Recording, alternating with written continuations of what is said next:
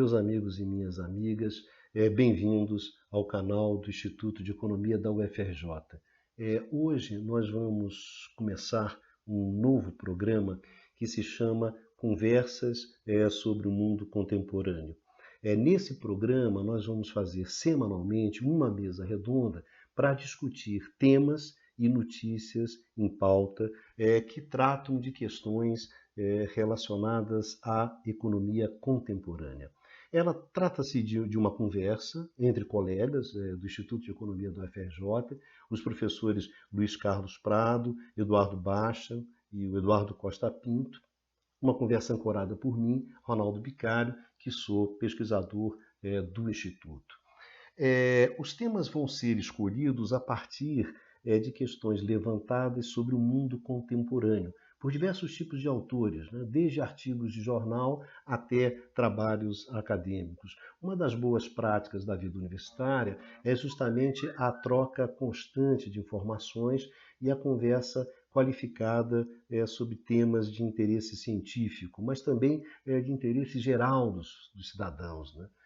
Há na sociedade muitas pessoas como nós que estão interessadas nesse debate, que estão interessados em discutir esses temas, e a ideia é que aqui seja um espaço livre justamente para se discutir esses temas. O formato é o seguinte, um formato bastante simples, o programa tem 60 minutos, o ponto de partida é justamente a apresentação das questões, né, que vão ser discutidas. Em seguida, essas questões serão comentadas, debatidas pelos participantes e, no final, a gente busca chegar a alguma conclusão sobre elas, né? Nesse primeiro programa, nós imaginamos duas questões.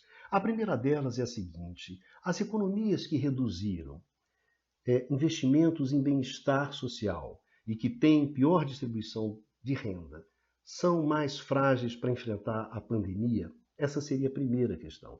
A segunda questão seria a seguinte, né?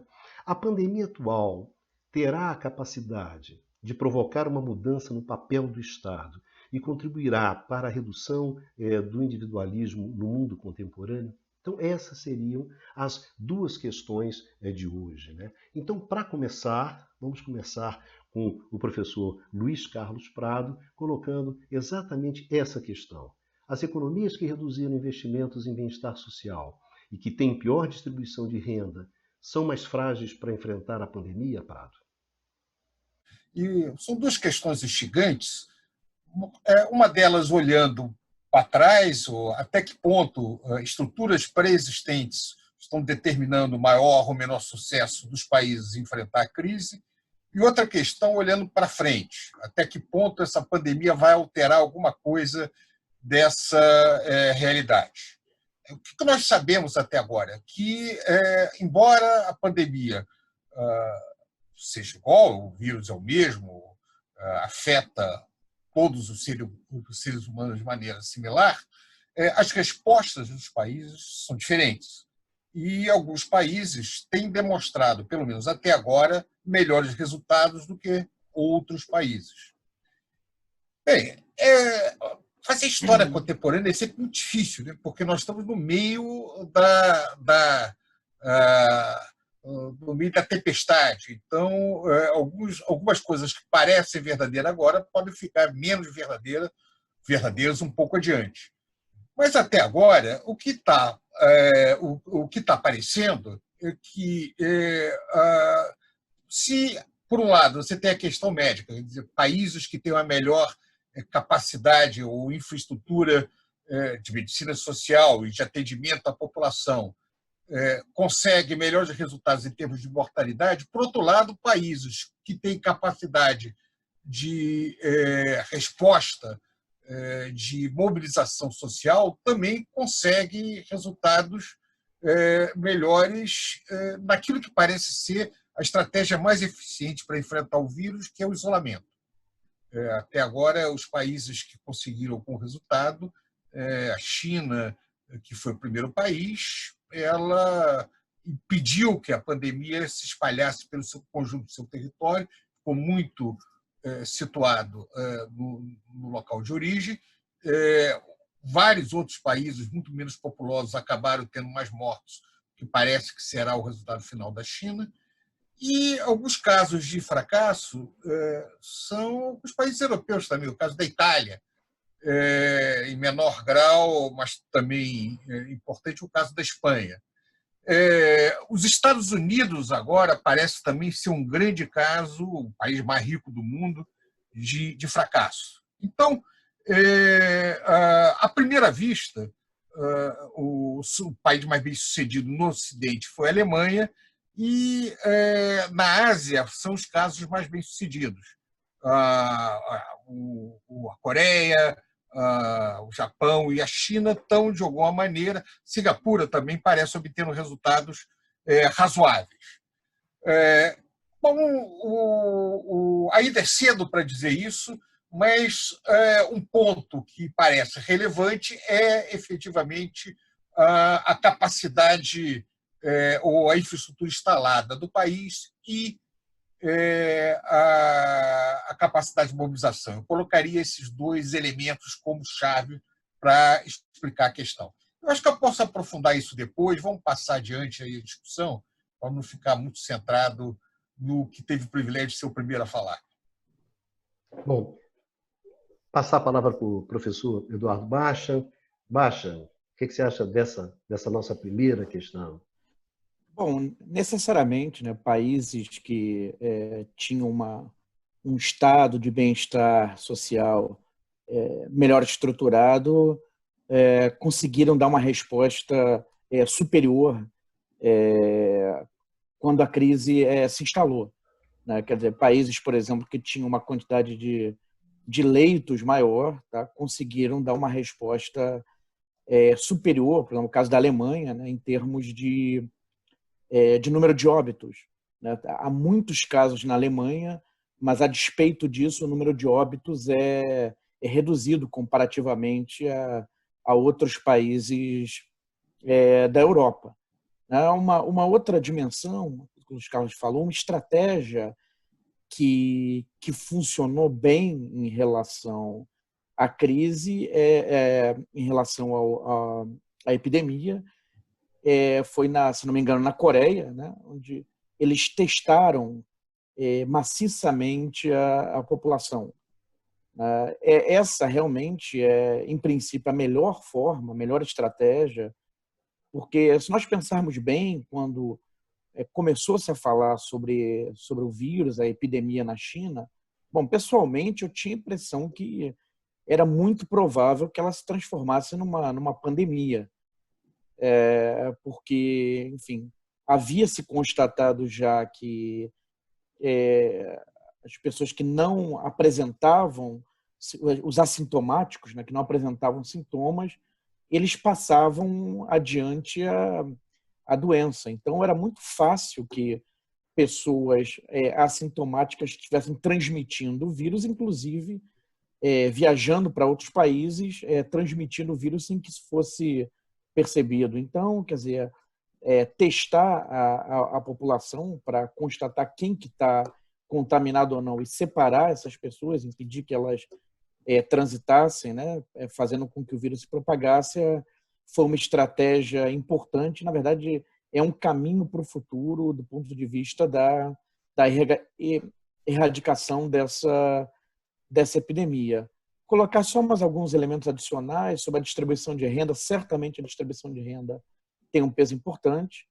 Tá? Agora, isso tem que ser, em parte, relativizado, né? No sentido que um país que não tem uma distribuição de renda muito ruim, mas que seja um país em que uma parcela expressiva da população não tem acesso a saneamento básico, tá? É um país que está muito exposto a uma situação explosiva do ponto de vista do coronavírus, né? Agora, em geral, os países que têm uma distribuição de renda ruim são justamente os que têm que a população não tem acesso a água encanada, em que nas regiões mais pobres vive uma quantidade grande de pessoas no mesmo cômodo, de modo que se uma pessoa se contamina a família inteira, né? Então esse será um desafio, né, que certamente presenciaremos nas economias em desenvolvimento, que provavelmente serão as próximas, né, a estarem no epicentro da crise, né? Primeiro foi o Japão, depois a Itália, Espanha, agora os Estados Unidos e provavelmente economias em desenvolvimento, o epicentro da crise será em economias em desenvolvimento doravante, né? Então, são um pouco as cenas do próximo capítulo, né? E esperamos, na verdade, que não aconteça o pior, né? Mas que talvez, que em princípio é um cenário provável. Eduardo Costa Pinto, eu te perguntaria o seguinte, quer dizer, a fragilização do estado do bem-estar que você observou nas últimas décadas deixou essas economias, principalmente algumas das economias europeias, mais fragilizadas em relação à pandemia, em relação a enfrentar um desafio como o desafio do coronavírus? Sim, eu acho que diretamente, Bicalho, sim, mas antes de mostrar os impactos e os efeitos dessa redução, dessa fragilização do Estado, a partir da redução dos gastos públicos, a partir de uma lógica de operacionalização de público-privado, a partir de uma órbita neoliberal, eu queria ressaltar e voltar um pouco do debate que o Prado e o Baixa levantaram, que é o seguinte ponto. Primeira questão, eu acho que é o seguinte, a gente tem que ter um certo cuidado, e o Prado alertou, não dá para a gente ter claro ainda, mesmo nos países que já viveram o primeiro ciclo, se a pandemia não pode voltar. Existem vários estudos que têm mostrado a possibilidade de um segundo surto, um segundo pico. Então, por exemplo, o caso japonês, já tem uma discussão no Japão se deve voltar ou não fazer a quarentena. Acho que a gente não tem ainda como... Dá para a gente medir um impacto direto, que países que foram afetados não tiveram um grande número de mortes, isso sim, e é um pouco do que vocês levantaram, mas não dá para ter ainda o efeito do impacto desse processo como um todo, como vocês já alertaram. Por que eu estou querendo ressaltar isso? Por quê? Porque tem um efeito do que o quanto o país está preparado materialmente, e o que é que eu estou dizendo com isso? Quanto ele está preparado com leitos, com seguridade social, da saúde, de um atendimento mais universalizante. Tem também um outro efeito que tem que ser levado em conta, que acho que é preciso destacar, é a subjetividade de como o vírus ia chegar ou não. Então, você podia estar relativamente preparado, mas se você não acreditou que o vírus poderia chegar e não fez o isolamento social, por mais preparado que você tivesse, não seria possível suportar o pico.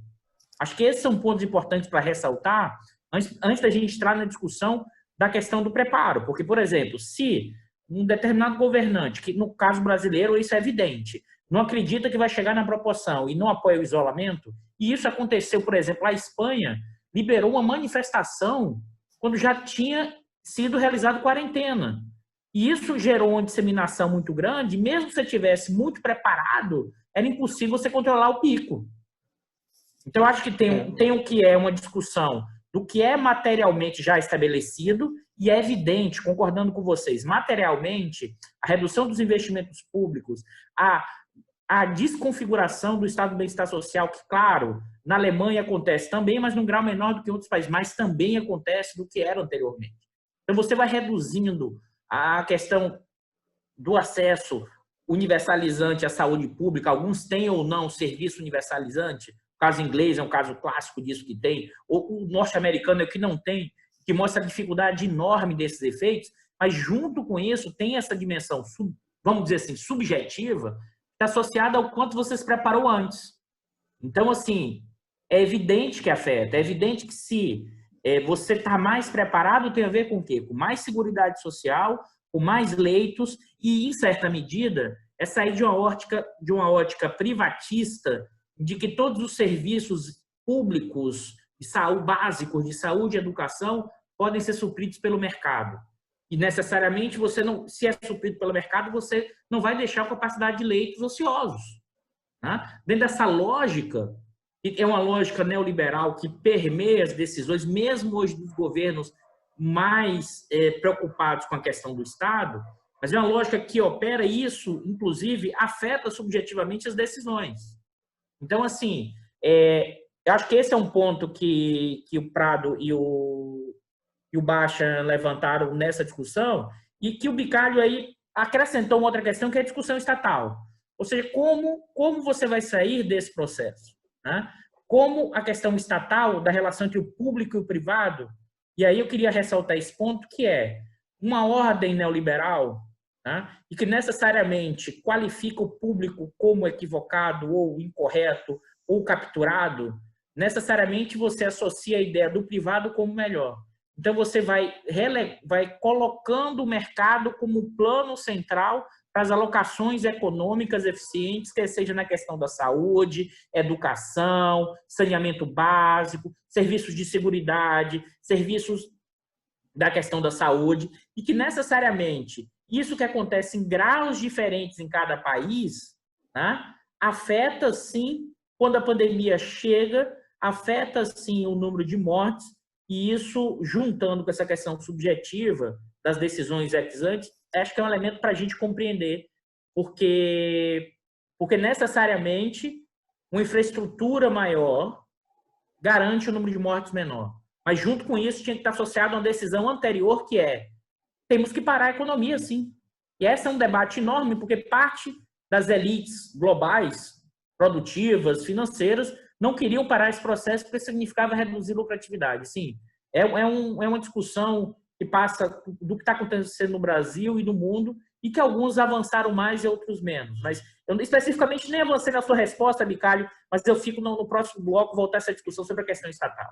Eu queria aproveitar, se possível, Bicalho, um Sim. gancho, né, fazer algumas observações em cima do que o Eduardo falou,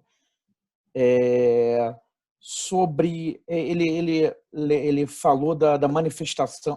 Antes, na verdade, pontuar algo sobre o que eu tinha falado anteriormente, que o método, né, de testagem em massa da população é um método que parece interessante, mas alguns países, como o Brasil, por exemplo, já de cara falam: nós não temos condições de fazer isso aqui.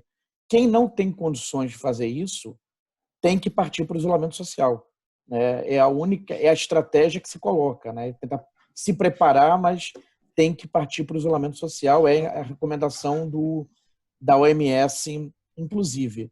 Sobre na Espanha terem permitido uma manifestação, é interessante que o pessoal tem buscado, né, analogias, tem procurado fazer pontes com o caso da gripe espanhola, há 100 anos atrás, né, a última grande pandemia, né, e a gripe espanhola, ela teve, se não me engano, 3 ciclos, né? Houve 3 ciclos, e um caso na Filadélfia, que já começavam a surgir casos, e eles permitiram também uma grande manifestação, tá? E aí os casos explodiram. Né? Tem esse caso da Filadélfia. Por último, eu acho que, no fundo, todo mundo salientou isso de alguma maneira, mas acho que você levantou bastante essa questão, e é, no fundo, a questão crucial, né, que passa pelo papel do Estado. Né? Quer dizer, a capacidade, o grau de exposição aos efeitos do coronavírus está ligado a uma ausência ou não de Estado, quer dizer, a capacidade estatal, e a resposta à crise também passa pela atuação do Estado. E aí eu chamo a atenção para 2 elementos. Bom, de um lado, alguns países estavam mais expostos porque vinham adotando nos últimos anos políticas de austeridade fiscal. É o caso, por exemplo, do Brasil e da Itália. Tá?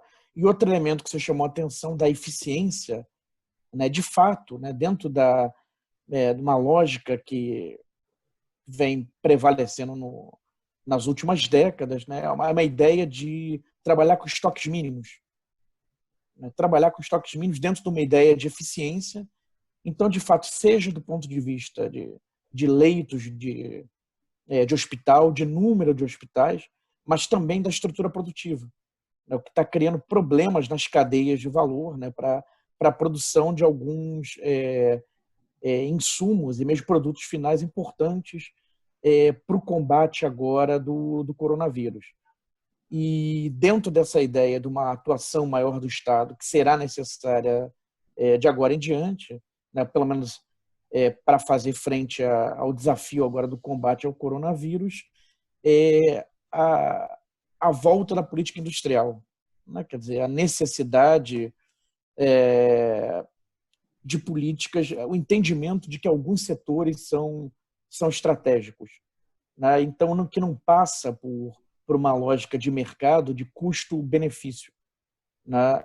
Há que se, até por uma questão de segurança nacional, investir em determinados setores para ter capacidade de resposta em caso de crises como a atual. Em particular, o que mais salta aos olhos nesse momento é o complexo da saúde. Aí eu passo para o Luiz Carlos. Eu vou, Prado, colocar aqui. Prado, a questão é a seguinte, quer dizer, você tinha um movimento de saída do Estado. A pandemia recoloca o Estado no jogo?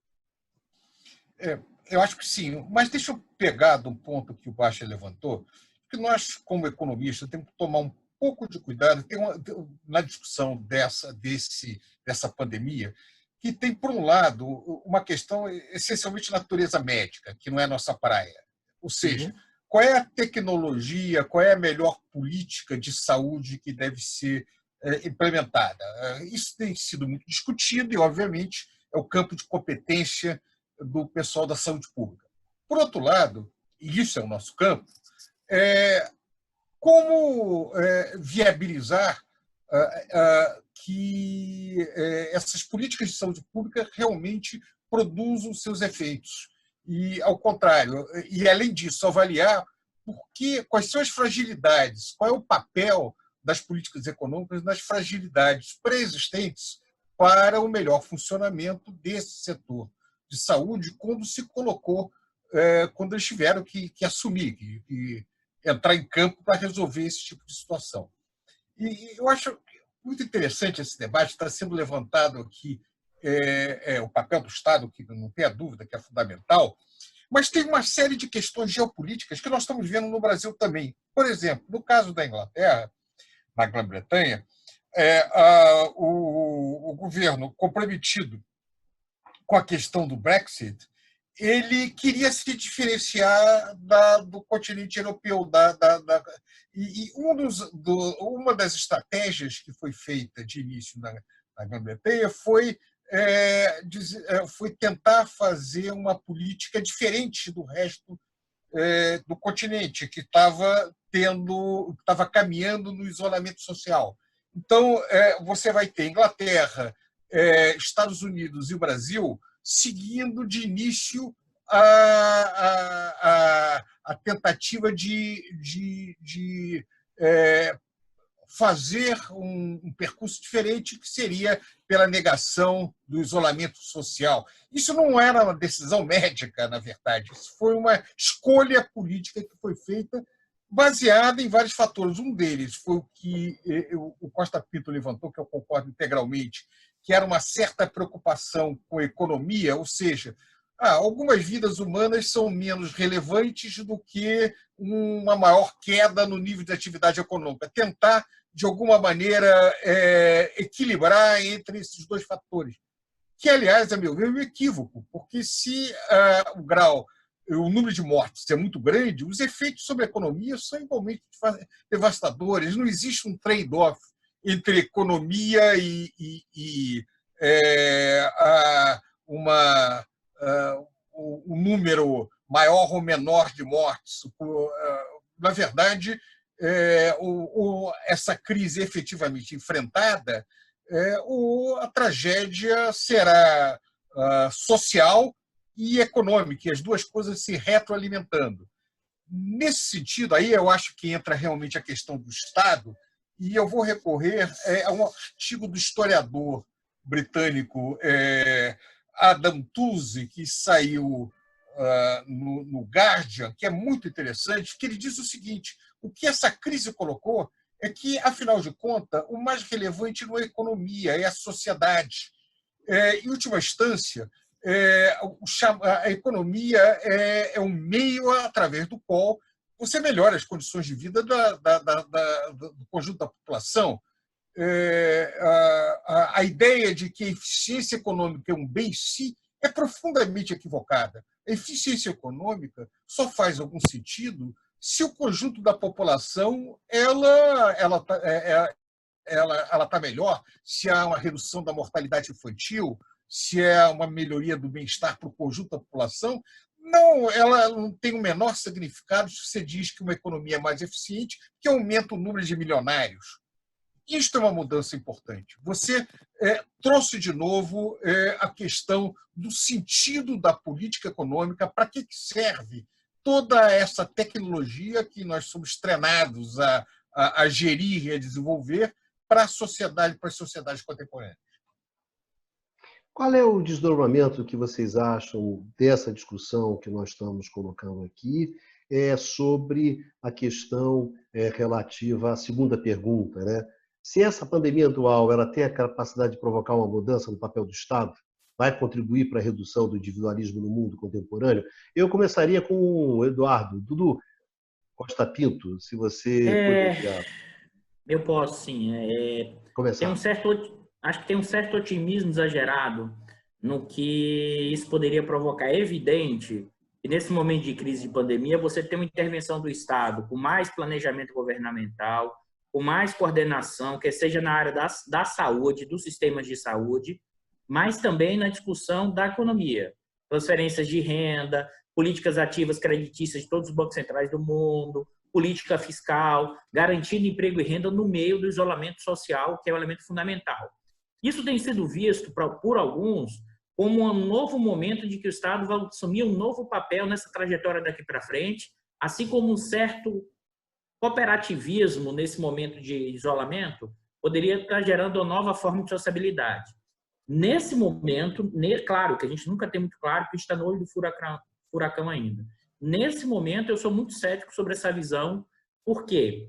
Porque, inclusive, lembrando do que foi a crise de 2008, as formas de intervenção do Estado, muitos advogaram ali que estaria criando-se um novo pacto em redução do poder dos setores financeiros, uma nova reconfiguração estatal, e isso não aconteceu. E mais ainda, trazendo para a discussão atual, me parece que muitas vezes a intervenção do Estado e o keynesianismo de plantão de muitos fica muito mais para socializar perdas do que para socializar ganhos. Então, eu não sei até que ponto esse tipo de intervenção atual, no caso da economia, representa muito mais nesse momento a ideia de você socializar perdas do que criar um novo tipo de reconfiguração. Eu acho que a ideologia neoliberal, aqui eu vou ressaltar esse ponto, que é o seguinte: o modo de gestão governamental do neoliberalismo, para mim, está em crise. O que é isso? Qual é o argumento, Eduardo? Olha, a forma de como você reduz o papel do Estado, redução do bem-estar social, a forma como a renda é distribuída dentro de uma estrutura produtiva em que o salário incorpora um valor muito menor ao longo do tempo, isso está em crise, me parece. E a pandemia, na verdade, explicita essa crise. A crise, ela deixa nu, ela deixa o rei nu, ou seja, a forma da lógica da dominação de uma forma explícita. A questão toda ao mesmo tempo, o individualismo permanece muito forte. As saídas ainda são individuais, né? Tanto para a crise, como, por exemplo, isso fica claro, como mesmo Prado alertou, a discussão na Inglaterra, por que você fez o trade-off entre vida e a decisão política entre vidas e economia? Porque ali uma parte estava olhando o quê? O meu lucro primeiro, ou seja, uma lógica. E isso eu não acho que necessariamente está por vir uma mudança. Eu acho sim que há uma mudança que vai acontecer necessariamente. O mundo não será igual como foi antes da pandemia, mas eu acho que tem uma tendência, inclusive, maior de acirramento, de tensões geopolíticas, do aumento dos conflitos, de um aumento de uma disputa geopolítica ainda maior e uma disputa por apropriação de lucro ainda maior. Eu acho que quando em algum momento estiver saindo da crise, a disputa vai se acirrar fortemente, ou seja, esses instrumentos vão ser mantidos ou não. Parte dessa transferência de renda para o andar de baixo vai ser mantida ou não. Para mim, não vejo sinais claros ainda desse processo por vir. Eu acho que, por enquanto, dá para dizer que é uma intervenção pontual, mas é o keynesianismo de salvamento. E isso já aconteceu em vários momentos históricos. É uma provocação que eu vou deixar para o Prado Baixa debater. Eduardo, deixa eu entrar nisso. Você fala você está fazendo uma distinção entre a questão nacional e a questão da política de bem-estar social, porque são duas coisas que não necessariamente caminham na mesma direção. Você pode ter um acirramento nas disputas geopolíticas, ou seja, no nacionalismo, e ter um certo retrocesso de políticas excessivamente individualistas no plano doméstico. É claro que nada disso está colocado, eu concordo com você, o que você vai ter é uma luta política adiante dentro disso daí. Agora, você tem uma questão nos países democráticos, uma questão eleitoral que vai se colocar. Fica muito claro, mesmo no Brasil, onde já foi levantado até a questão de até que ponto o setor, o SUS poderia requerer leitos do setor privado. Eu acho que isso não vai acontecer no Brasil, mas no limite pode acontecer. Se imagina uma tragédia de grandes dimensões, um outro tipo de pandemia, isso pode ocorrer. Será que as pessoas com soluções individuais elas estão tão seguras assim? Isso certamente vai afetar o debate. Se o resultado vai ser maior bem-estar social ou a vitória do individualismo exacerbado, eu não tenho dúvida. Agora, eu acho, independente de cada caso, o que está claro é que o caminho, você tem um retrocesso na globalização, no sentido de um certo retorno para o nacionalismo, porque mesmo na Europa, na hora que a coisa ficou feia, os países caminharam em direção a soluções nacionais. Então, eu acho que o cenário de maior nacionalismo é muito provável. Por outro lado, um certo retrocesso, maior ou menor, eu não sei, de uma política excessivamente baseada no indivíduo ou exclusivamente numa maior concentração de renda, numa política exclusivamente liberal no plano doméstico, pode ser revertida. Ô, Prado, vou fazer só um comentário que, para explicitar, o meu argumento da tensão não é só externo, é também interno. Porque, na verdade, na hora que você tem o aumento do endividamento e você tem setores que vão sair perdendo em graus diferentes no termo nacional, e como isso vai influenciar ao longo do tempo, eu acho que vai ter uma disputa interna também. Não acho que, por exemplo, o setor financeiro vai reduzir sua lucratividade de uma forma simples. Eu acho que vai ter guerras fratricidas dentro dos espaços nacionais também. Acho que, inclusive, claro que não dá para ter ideia, mas, inclusive, a extrema-direita pode crescer nesses espaços. Só para deixar claro, eu não acho que é só uma tensão externa, não. Eu acho que vai também tensionar nos espaços nacionais e não acho que é uma trajetória racional, vamos dizer assim, lógica, a trajetória do estado do bem-estar no pós-crise Covid em cada espaço nacional, não. Eu acho que vai ser uma disputa política enorme. Eu acho que esse que é o ponto. Na minha visão, claro. Não, claro. E aí, Basta, o que você acha? Bom, na realidade, quando essa pergunta sobre o futuro é colocada, né, a primeira imagem que me vem à cabeça é aquele livro do Stefan Zweig, né, o Mundo de Ontem, né, em que ele narra, né, sobre o mundo, né, da Viena do pré-Primeira Guerra Mundial. Não é boa lembrança porque ele se suicidou depois disso, né? Pois eu não sei se lembrança é boa. E aqui no Brasil, né? E aqui no Brasil. Em Petrópolis, né? Mas se por um lado o mundo de ontem era o mundo da Europa, né? Ele disse que o Brasil era um país do futuro, né? Então mas não é o país, é um país. Mas enfim, né? Tem a música do Toquinho, né? Brasil, país do futuro, futuro que não insiste em chegar por aqui, né?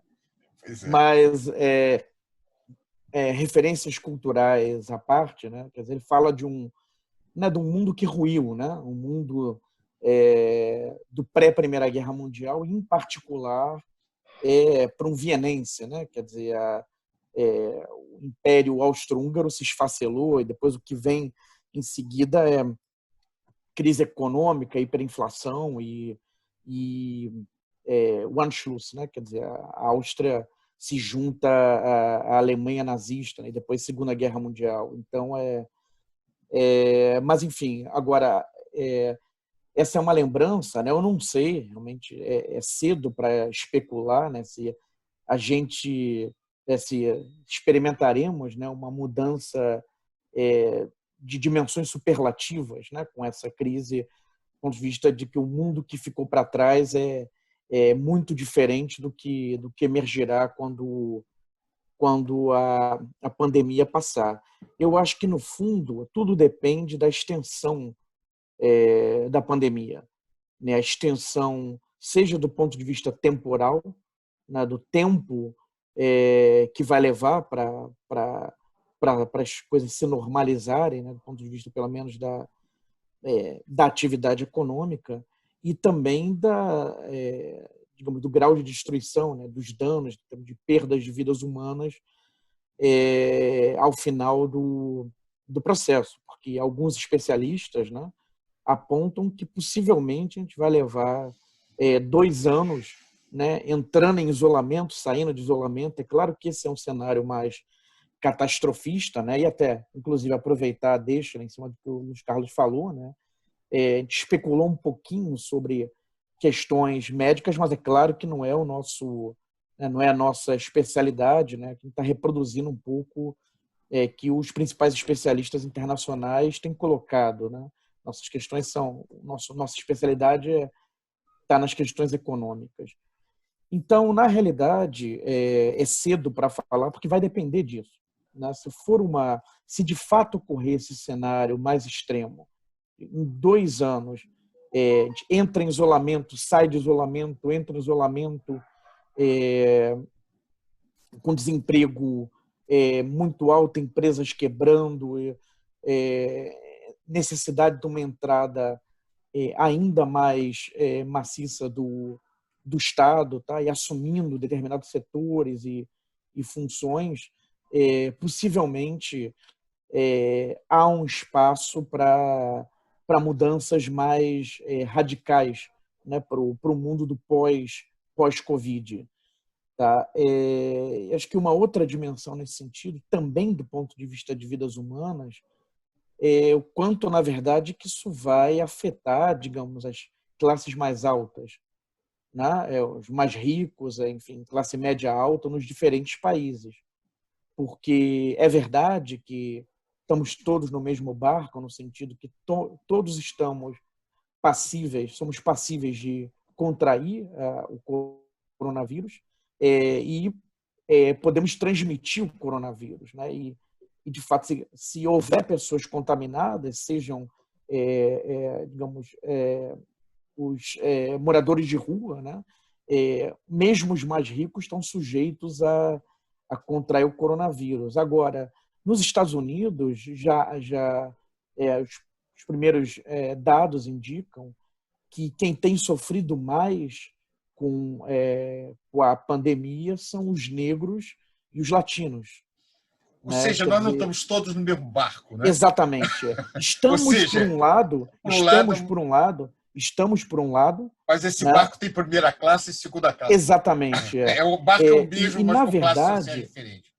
Todos ficam, de fato, no mesmo barco, na situação de, por exemplo, em cidades em que tem um número limitado de respiradores, e se houver uma super procura, uma super demanda por respiradores, aí não tem rico, pobre, entendeu? Vai todo mundo, digamos, muitos morrerão da mesma forma, né? Mas, do contrário, isso afetará mais as regiões onde você tem maior densidade, regiões pobres com grande densidade demográfica, né? E voltando àquela questão dos cômodos, né? Famílias que moram em residências mínimas, com muita gente no mesmo espaço, em que não tem hospital perto. Quem tem mais capacidade de resistir à paralisação por causa de renda, né? E também são afetados do ponto de vista econômico, né? E não tem água encanada, né? Então, se na verdade houver uma mortandade muito alta, mas concentrada nesses segmentos da sociedade, possivelmente a resposta posterior será mais tímida do ponto de vista de mudanças no mundo que a gente conhecia, né, pré-pandemia. Tá? Então, para mobilizar, é preciso atingir mais duramente as elites. Tá? Essa é uma conjectura que eu faço, em princípio, para aqui para a nossa conversa. Eu queria trazer um ponto. Uma questão eu ia trazer um ponto que nessa discussão. Que a questão é a seguinte, quer dizer, na verdade o que está colocado na mesa é o seguinte, quer dizer, o que nós estamos discutindo aqui é em que medida a pandemia ela pode ser um ponto de ruptura ou não, né? É claro que em torno disso existe uma série de hipóteses que você está fazendo, mas, quer dizer, o que está acontecendo agora, inclusive essa questão que tem um programa do canal IE Crise com a Luísa Nassif, que ela fala, uma entrevista com ela, que já está disponível no canal, onde ela coloca exatamente essas questões. A crise afeta de forma desigual. Ela não afeta da mesma maneira em termos de renda, em termos de raça, em termos de gênero, inclusive. Essa é a questão da Luísa. E, então, existem coisas que já estão acontecendo agora. Quer dizer, existem questões que são questões muito duras. Quer dizer, há um sentimento que hoje você fica em torno do seu dirigente, que pode ser o Boris, que pode ser o Trump, que pode ser o Macron, quem quer que seja, diante da crise. Mas que você vai ter, sem dúvida, um ajuste de contas político depois. Porque é evidente que existem responsabilidades, é evidente que existem omissões, é evidente que houve políticas extremamente equivocadas. Então, não é simplesmente... Quer dizer, nós já temos o suficiente. A questão não é se vai morrer mais gente, ou se vai morrer menos gente, ou se vai morrer gente da classe de cima ou da classe de baixo. Quer dizer, você já tem uma crise, você tem uma crise grave, que terá consequências graves. Então, eu acho que já é possível imaginar algum tipo de ruptura. Não que essa ruptura signifique que você vá para um mundo melhor, um mundo, ou um mundo pior, eu não sei dizer isso, mas vai acontecer uma ruptura. As coisas não vão ser mais como foram. Já aconteceram coisas o suficiente. Estão acontecendo coisas que são o suficientes. Vão acontecer coisas que me parece que serão mais graves do que aquelas que nós estamos vendo. Então, não se pode simplesmente ficar numa posição de conforto, dizendo que pode acontecer isso, pode acontecer aquilo. Eu estou cobrando de vocês o que vocês acham e saiam da posição de conforto.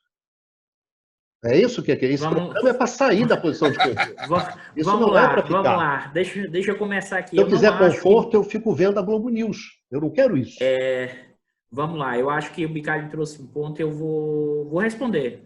Eu não enxergo ainda, nesse momento atual, tá? Porque a questão de maior intervenção do Estado, com a ideia de Estado do bem-estar social, com a ideia de reconfiguração de bens públicos, isso implica forças políticas que apoiem esse processo. Não é apenas, na minha interpretação, não é apenas uma decisão do Estado. Porque o Estado, para mim, é uma condensação de forças, de atores sociais, e que se o Estado tomar essa direção, quem é que vai pagar parte dessa decisão? Eu não acho que, mesmo no tamanho dessa crise, as elites locais dos vários espaços nacionais ainda vão ter claro da necessidade de girar numa direção de uma reconfiguração de Estado do bem-estar social. Eu acho que o The Economist tem pregado isso em vários dos seus editoriais, mas eu acho que a possibilidade hoje, vou dar esse alerta, não é que eu gostaria, mas é que eu acho. Eu acho que há uma possibilidade maior da extrema-direita incorporar algumas dessas dimensões, mesmo com os erros das decisões iniciais, do que parte dos nossos setores dominantes, que seja no nosso espaço nacional ou na Europa, girarem para o Estado do bem-estar social. Não acho que, por exemplo, os segmentos financeiros vão ser enquadrados facilmente. Eu não acho que, necessariamente, isso significa uma reconfiguração. Nesse momento, eu acho que o mundo não vai ser igual, mas eu acho que vai aprofundar as tensões nos espaços nacionais. Eu não acho que tenha saída. Por quê? Porque, para ter saídas de mudança, para reconfiguração do Estado do bem-estar social, eu acho que a destruição tem que vir junto com... E daí? Brotou, reconfigurou forças sociais que vão direcionar o Estado nessa linha. Eu não acho que o Estado tem autonomia plena para tomar uma decisão. Agora eu vou nessa direção e os caras do dinheiro vão em outra. Nesse momento histórico, eu não enxergo isso. Mesmo no âmbito dessa crise que você destacou, Bicalho. A minha visão, nesse momento, é mais pessimista. Pode ser que na próxima semana, dados os efeitos da crise, isso mude, mas nesse momento é pessimista. Deixa eu também sair da minha posição de conforto aqui, já que o Bicalho agiu aí como um elemento provocador aqui do nosso debate, mas só que eu vou numa direção um pouco diferente. Eu vou pegar meu chapéu de historiador econômico, lembrar uma coisa muito antiga, vou olhar para um espelho distante, como a Barbara Tuchman falava da peste negra. Peste negra, você tem alguns relatos de tentativas de saída individual, até mesmo pela literatura. O Decameron, por exemplo, que foi uma obra e que chamava a atenção de um grupo de pessoas que saía e se reunia no local distante, fora do local onde estava havendo a peste, para contar a história um para os outros. Deu uma belíssima obra literária. Por outro lado, o resultado para a Europa da peste negra foi que matou muita gente, muito camponês, e o que fez uma tremenda escassez de mão de obra e teve como consequência a necessidade de se reconfigurar as relações dentro do feudalismo em algumas regiões. Ela teve um impacto profundo na Europa contemporânea, que muito provavelmente era difícil de se imaginar à época. O que eu estou dizendo é o seguinte: que vai mudar uma pandemia desse tamanho tem efeitos muito grandes, eu não tenho dúvida, num mundo tão interligado como o nosso. O problema é dizer para que lado isso vai. Nós precisávamos um pouquinho mais de distanciamento. Sabe, Bicalho, é complicado Prado, a gente olhar agora. Eu não quero 300 anos não, de distanciamento. Agora, deixa eu terminar só na sua linha. Só fazer um comentário, Prado. Você, desse jeito aí, mostrou uma erudição gigantesca, mas fugiu da resposta do Bicalho. Você está ficando em cima do muro, Prado. Não fugi da resposta. Agora eu vou entrar na sua resposta, pegando o seu ponto. Até que ponto você vai... você continua como está, no sentido de não fazer concessões? No mundo onde você tem um sistema eleitoral do mundo democrático, eu acho que isso vai ser muito mais complicado. Eu acho que a reunião das forças favoráveis a uma retomada do bem-estar social vai crescer bastante. Isso é diferente da crise de 2008. Eu me lembro os pós-keynesianos dizem agora é a nossa hora, né? As velhas políticas liberais vão ser afundadas porque elas se mostraram ineficientes. E isso não ocorreu, né? Terminou a crise, você voltou a business as usual. Eu acho difícil business as usual, principalmente depois que houver um julgamento político das respostas para os países do que houve. Você pega na imprensa internacional, várias vezes já estão se colocando o dirigente tal, será que ele sobreviverá quando se analisar como é que o país estava sobre isso?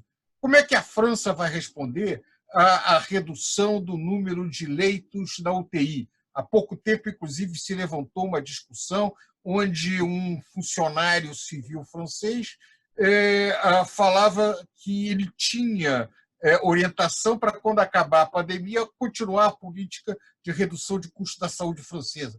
Isso é impensável. Quem defendia isso vai pagar um preço político muito grande. Claro, você sempre tem uma saída fascista, dizer a culpa são das invasões estrangeiras, a culpa é de algum responsável externo, que foi a saída do fascismo nos anos 30. Eu acho que, em alguns casos, em especial na periferia, países latino-americanos, Filipinas, leste europeu, você vai ter tentativas de saída do gênio. Mas o cenário mais provável é que a disputa vai ficar acirrada, porque alguns anos atrás não tinha disputa. A vitória da agenda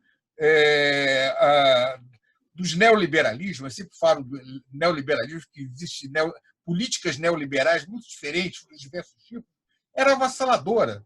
Mesmo aqui no Brasil, os que criticam essas políticas, né, a famosa agenda de reformas, somos muito poucos. De vez em quando surge agora a Miriam Leitão dizendo essa política de agenda de reformas não vai ser implementada, não Mas será que ela não gostaria dessa agenda ou pura e simplesmente que agora não é hora? Então, a rediscussão dessa agenda vai estar na mesa. Vai ser inevitável se avaliar até que ponto essa agenda foi convergente ou não para nos ajudar a enfrentar esse momento difícil que toda a humanidade está vivendo. Só um pequeno comentário, Prado. Aí, Decameron, você tem uma versão dos Irmãos Taviani, né, um filme, e está disponível no Telecine Play. Nessa época de confinamento, você acha uma versão muito, muito, muito interessante, muito legal do Decameron, dos Irmãos Taviani, lá no Telecine Play. É interessante que na época eles comiam doces como se fosse caviar hoje em dia, né? Numa época pré-indústria do açúcar. Açúcar era uma coisa muito, muito cara na época.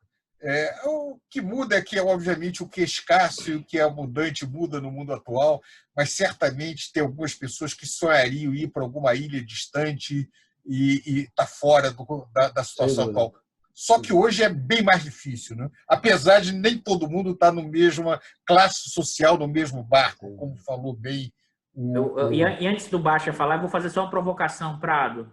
O problema é dessa agenda, quem é que vai topar a agenda? Quem é que vai tocar? Quem vai ser as forças sociais que vão tocar uma agenda desenvolvimentista / que significa cobrar do barco do andar de cima? Quem é que vai topar? Esse que é o Aí ponto. vão procurar a informação dos nossos colegas sociólogos e cientistas políticos. Não, Prado, os cientistas políticos não têm feito isso, Prado. Desculpa te alertá-lo, Prado. Eles só fazem a lógica eleitoral, Prado. É um pouco de arrogância minha, mas eu tenho lido esse pessoal. Só é a lógica eleitoral, Prado. Aí a economia política tem explicado mais. Deixa aí Desculpa, por Baixa, toca aí, Baixa. Ele está caladinho. Vamos lá, fala. Vamos lá, né? Ou vocês acham que aquela velha máxima que também na pandemia valia isso? Quer dizer, o sol nasceu para todos, mas a sombra para poucos, é isso? Ou seja, Bom, deixa agora. Bom, o ventilador é para poucos, é isso? Como bom engenheiro, né? O Bicalho cobrou objetividade, né? Aquilo que nós não temos, né? Conviver com vamos lá. Por isso esse é o nosso programa, são conversas. Nós não temos compromisso com nenhuma solução. Só não pode virar contendas, né? Pode, claro que pode. Pode, por que não? Que pode. Você falou contendas, os dois lá abriram um sorriso. Isso. Aqui você tem mas vamos lá. Aqui você tem um botafoguense, você tem um tricolor, você tem aqui embaixo um flamenguista e tem Vitória. Dudu torce pelo Vitória. Dudu, seu deixou o microfone do mudo, mas peraí vamos lá. que eu tô mudo. Eu que escolho meu time, não é você não, Ricardo. Ele foi falar em Vitória e ficou até mudo no microfone dele. Torce pelo Jequié, tá certo. Torce pelo Jequié, é isso. Vamos lá. Não, olha, uma coisa que eu acho que ocorrerá é que, pelo menos nos países mais desenvolvidos, haverá uma preocupação estratégica com determinados setores, tá? De não deixar isso, digamos, ao sabor do mercado, né? Determinados insumos que você importa de um país só, que você tem um fornecedor, isso vai afetar as cadeias globais de valor, né? Quer dizer, no setor complexo da saúde, esse é um setor estratégico, então, conjunto de reagentes, respiradores e até para outras eventuais doenças, você tem que ter capacidade de produção própria, tá, para fazer frente a uma situação como essa, tá, futuramente. Tá? Então, eu acho que esse cuidado haverá. Então, essa é uma coisa que vai mudar, tá? Do entendimento. E aí é importante que os economistas de formação convencional têm dificuldade com o conceito de estratégico, né? Porque o estratégico ele não é regido por uma lógica de custo-benefício. É uma outra variável. Né? Então, essa é uma mudança que eu espero. Eu não sei se para o Brasil, tá? Para economias em desenvolvimento. Agora, isso certamente países como Estados Unidos, Alemanha, França, Reino Unido terão uma preocupação nesse sentido. Tá? Países, por exemplo, que passaram por um processo relevante de desindustrialização tem hoje uma dificuldade da resposta em função disso. Tá? Seja por não possuírem as indústrias específicas, seja por estarem com uma base industrial mais reduzida, o que limita a sua capacidade, inclusive, de reconversão de outras indústrias para a produção desses bens e insumos necessários para fazer frente à pandemia. Então, essa é uma coisa, essa é uma mudança que eu considero mais ou menos certa, né? Para as outras dimensões, eu vou insistir no ponto que tudo depende da extensão, né? Se houver uma surpresa, em poucos meses o problema estiver resolvido, né? Vamos lembrar que no H1N1, em 2009, né, os cenários iniciais eram muito mais dramáticos do que ocorreu de fato. É claro que aqui a gente já há muito tempo ultrapassou essa fronteira, né, do caso do H1N1, mas se eventualmente, antes do final do ano, a economia voltar mais ou menos à normalidade, a economia mundial, o efeito disso por vir será menor, né? Agora, se efetivamente acontecer aquele cenário mais catastrofista de que durante 2 anos a gente vai ficar uma situação de banho-maria, vai e volta, com muita gente morrendo, aí você realmente tem um espaço para mudanças mais significativas, né?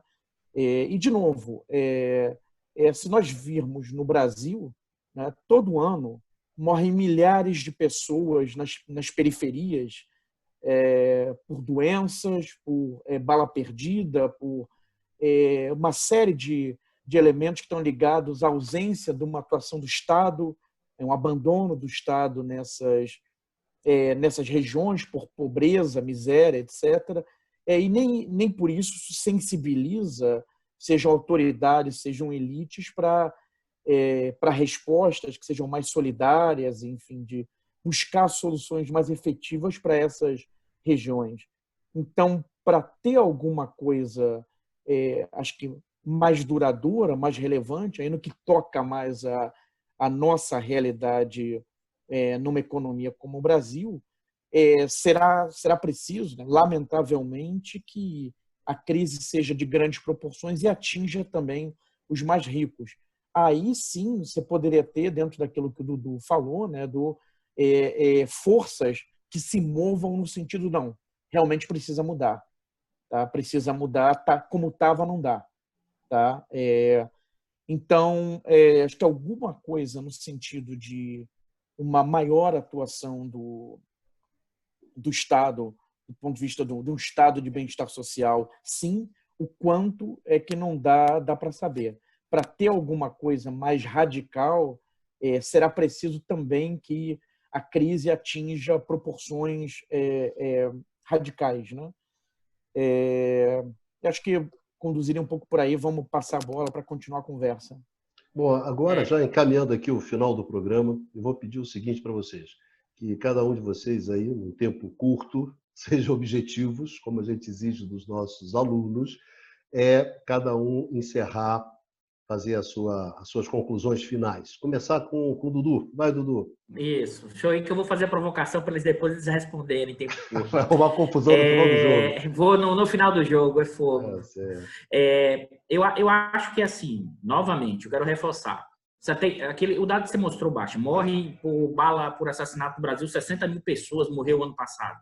Um contingente gigantesco.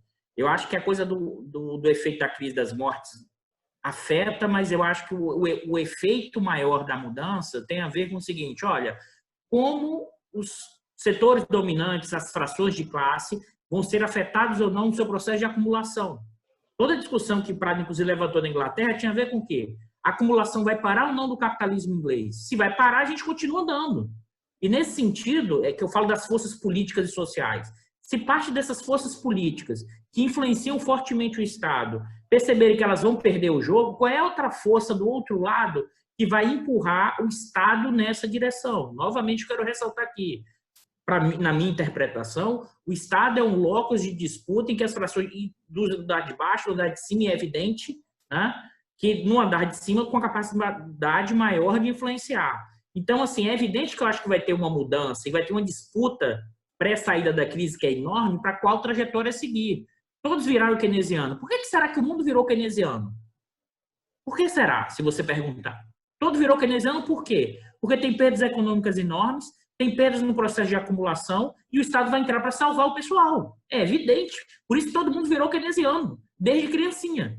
A questão é, na saída desse processo, quem ganha e quem perde. E aí, se você tem força política para fazer esse movimento contrário, aí sim você pode direcionar uma maior intervenção do Estado para dar uma legitimidade no processo social, incorporando também o andar de baixo. Ou seja, uma disputa ferrenha que vai acontecer nesse processo.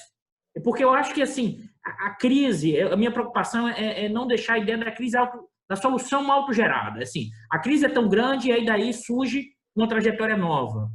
Né? Ou o Estado, apenas pela questão eleitoral, vai voltar porque é uma decisão de parte do andar de baixo. A minha questão é quais forças sociais, qual a dimensão política dessas forças e como isso vai interferir nesse processo. Eu acho que a minha questão, e tem a ver com essa discussão, é quais forças nessa saída vão reconfigurar para pensar uma nova estratégia estatal. Então, assim, e para fechar, e provocando, eu sei que eu provoquei mesmo, nesse sentido, as perguntas que a gente não pretende responder, ou pelo menos a gente pensou e o Bicalho provocou a gente, tem saídas, tem um novo Estado, uma nova reconfiguração? Para mim, nesse momento, eu não consigo enxergar forças políticas, o que eu vejo é um aumento dessa disputa, é um aumento dessa tensão, e, por enquanto, não acho que o neoliberalismo está derrotado, nem a extrema-direita. Eu acho que você pode ter movimentos, por exemplo, na França, da extrema-direita ganhar. No México, a esquerda perder, o Trump pode perder, ou seja, não tem claro a saída ainda, porque eu acho que a disputa pelos custos, o processo de acumulação e a própria intervenção do Estado vai depender de como, nesse momento, tanto da amplitude de impacto e como as forças políticas, e aí as frações de classe, os ricos, parte da classe média, vai incorporar ou não um novo projeto de sociabilidade. Eu acho que, nesse momento, isso não está dado e não acho que nem o andar de cima e nem a classe média pensa um projeto novo. Eu acho que uma boa parte dessa população enxerga vidas de forma diferente e o valor da vida tem um preço muito diferente para esse andar de cima e para essa classe média. E, no caso brasileiro, então, isso é explícito. Isso é que era para ser objetivo, hein? Diga, Baixa. Baixazinho, então você... 2 minutos, prova... 2 minutos. Minhas considerações finais... Minha prova de objetividade. Vai lá, Baixa. Discussão internacional. Se, por exemplo, uma derrota do Trump eleitoral pode provocar uma reconfiguração do xadrez internacional, né? Seria uma volta, uma vitória do Joe Biden, né? Seria uma volta tanto retórica quanto de prática, né? Da linha seguida por Obama, por Clinton, né? Uma mais multilateral, internacionalista, essa retórica mais agressiva do Trump seria provavelmente abandonada, né? O impacto que isso teria, digamos, no populismo internacional pode não ser desprezível. Em outros lugares, a gente também pode ter mudanças. Na Itália, né, possivelmente uma vitória do Salvini, né, que poderia, eventualmente, levar adiante uma proposta de um referendo, né, sobre uma saída da Itália da União Europeia. Tá? Muita gente na Itália está insatisfeita com o tratamento dado pela União Europeia para a Itália numa crise dessa dimensão, né? A ideia dos Corona Bonds não foi levada adiante por resistência de países do norte, né? Da Alemanha, da Holanda, da Áustria e da Finlândia. Tá? Outra coisa é que a China, né, que se saiu bem da crise, né? Quer dizer, não sabe se haverá uma nova onda, mas a resposta dela inicial, né, em termos de óbitos, pelo menos os dados que foram divulgados oficialmente,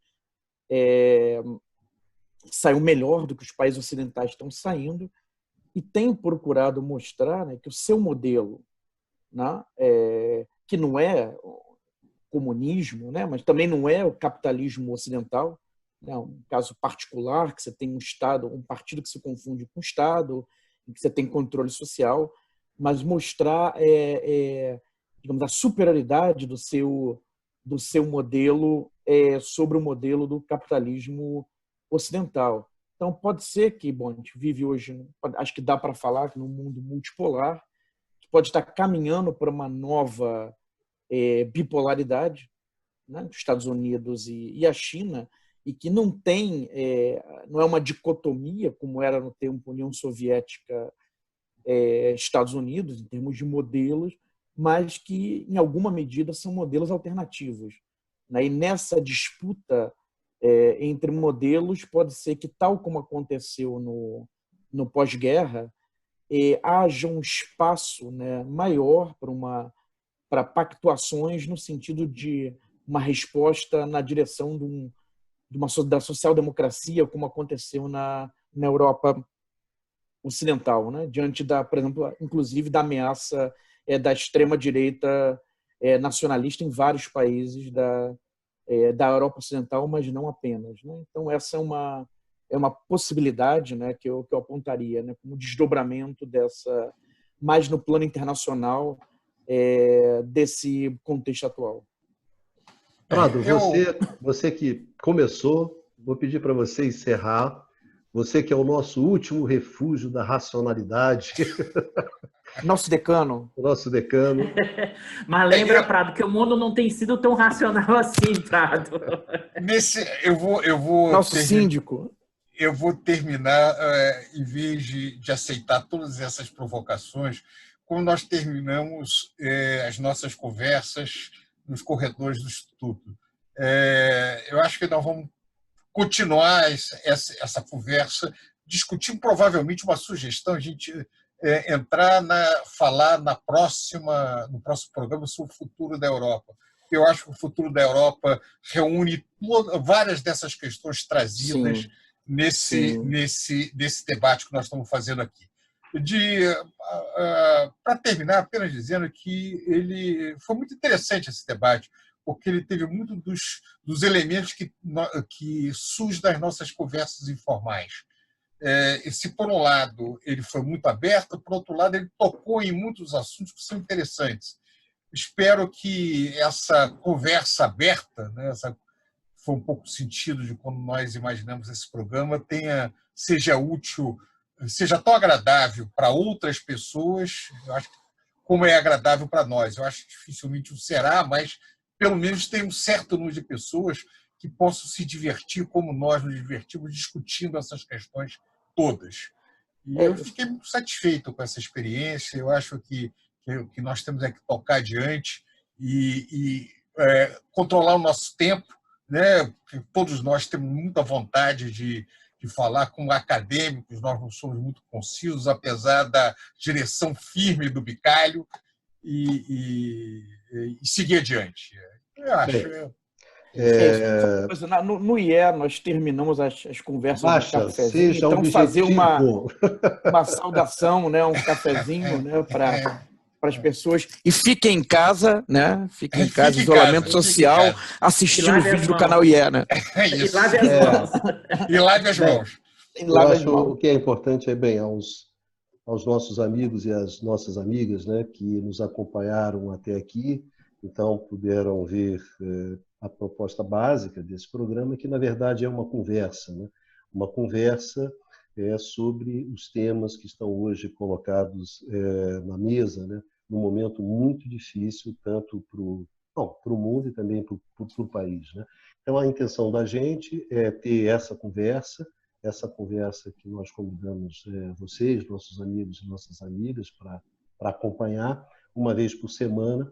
Então, na próxima semana, nós estaremos aqui mais uma vez com conversas sobre o mundo contemporâneo, não é isso? Então, esperamos vocês na próxima semana. Obrigado, Dudu, que está aqui do meu lado, né? Obrigado, Prado, aqui embaixo. Bastianzinho, obrigado a vocês todos e nós nos encontramos na próxima semana, tá bom? Tchau para vocês. Tchau para vocês. Até logo. Tchau. Nos vemos.